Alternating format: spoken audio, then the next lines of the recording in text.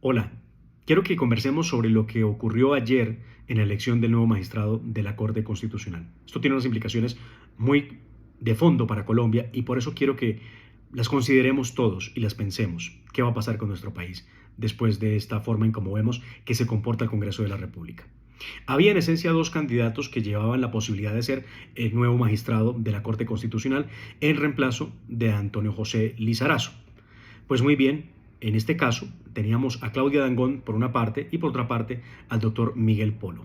Ambos excelentes juristas, de ambos se habla de una muy grande trayectoria en el derecho. En el caso del doctor Miguel Polo se dice que llevaba más de 10 años en la Corte Constitucional, ha pasado por el Consejo de Estado, por la Corte Constitucional, como magistrado auxiliar a donde llegó, inclusive en estos momentos se desempeñaba como magistrado auxiliar de Vladimir Fernández, quien fuera el jefe jurídico de Casa de Nariño de Gustavo Petro, y que Gustavo Petro logró elegir como magistrado de la Corte Constitucional. Así que de entrada tenemos a Vladimir Fernández, que fue puesto por Gustavo Petro, y ahora tenemos a Miguel Polo, que llega ternado por el Consejo de Estado, pero que es muy cercano también pues, a la causa, en este caso, de Vladimir Fernández y que ahora se convierte en magistrado de la Corte Constitucional.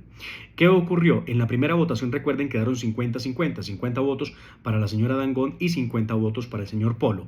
Pero vaya sorpresa, como se tuvo que anular esa votación por cuenta de que apareció un tarjetón no marcado en el Senado de la República y se trasladó para 24 horas después, la sorpresa es que la señora Dangond perdió cerca de 3 votos porque obtuvo 47 ayer y el señor Miguel Polo obtuvo nada más y nada menos que 57 votos. Vaya cosa rara, 7 votos más. Primero, 3 votos que eran evidentemente de la señora Dangond, que terminaron ahora en el caso de Polo, terminaron apoyando a Polo. ¿Por qué razón?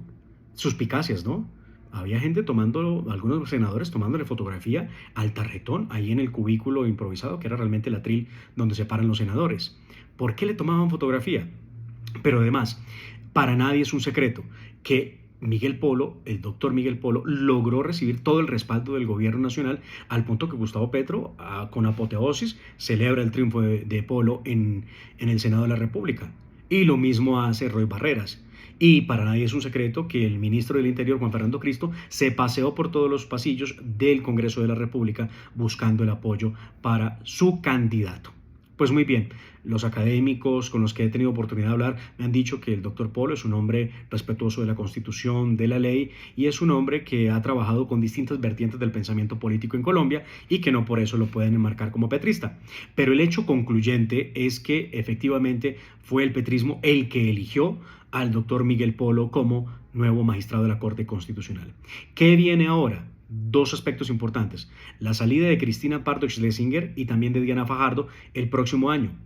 Para la salida de la doctora Cristina Pardo, el que va a poder ternar a los candidatos para ocupar esa silla va a ser el presidente Gustavo Petro, que tendrá la oportunidad de poner seguramente un tercer, y así será, un tercer magistrado en la Corte Constitucional. Hoy la Corte está dividida evidentemente 5 que no son tan de la cuerda de Petro o del progresismo y 4 que son mucho más afines a las ideas de Gustavo Petro. Pero aún así se ha visto como hay unas decisiones que no acompañan precisamente al gobierno Petro y otras no tanto que lo rechacen. Recuerden el caso, por ejemplo, del Ministerio de la Igualdad. La Corte Constitucional, aunque declara inconstitucional el ministerio, termina por darle la posibilidad de que termine en el año 2026 el mandato, pero aún así es inconstitucional. Bueno, cosas que ocurren. Pero ¿qué otro elemento me parece muy importante que hay que conversar? ¿Cómo puede Gustavo Petro hacerse el poder completo de la Corte Constitucional? Y lo estamos advirtiendo, porque con esa elección del próximo año podría entonces darse la estocada que hacía falta para que Petro controle por mayorías la Corte Constitucional. Con todo y eso que ustedes están escuchando y que ustedes han visto, dice Gustavo Petro que hay un golpe blando, que hay un golpe de Estado, que no lo dejan gobernar, que se le oponen, que se le atraviesan, pero resulta que no, lo ha logrado todo. Logró procurador, logró defensora del pueblo, logró fiscal general porque la ternó él y obviamente no hay salida porque la Corte simplemente tiene que elegir, y logró ahora 2 magistrados en la Corte Constitucional y tendrá la posibilidad de tener un tercero el próximo año. Ese es el panorama. Así que me parece que no hay que echar en saco roto lo que dice Eduardo Montealegre, lo que ha dicho Álvaro Leiva, respecto a que sí es posible pensar en un proceso de reelección. Gustavo Petro lo ha negado muchas veces, pero de tanto negarlo parece que es lo que más desea. Amanecerá y veremos.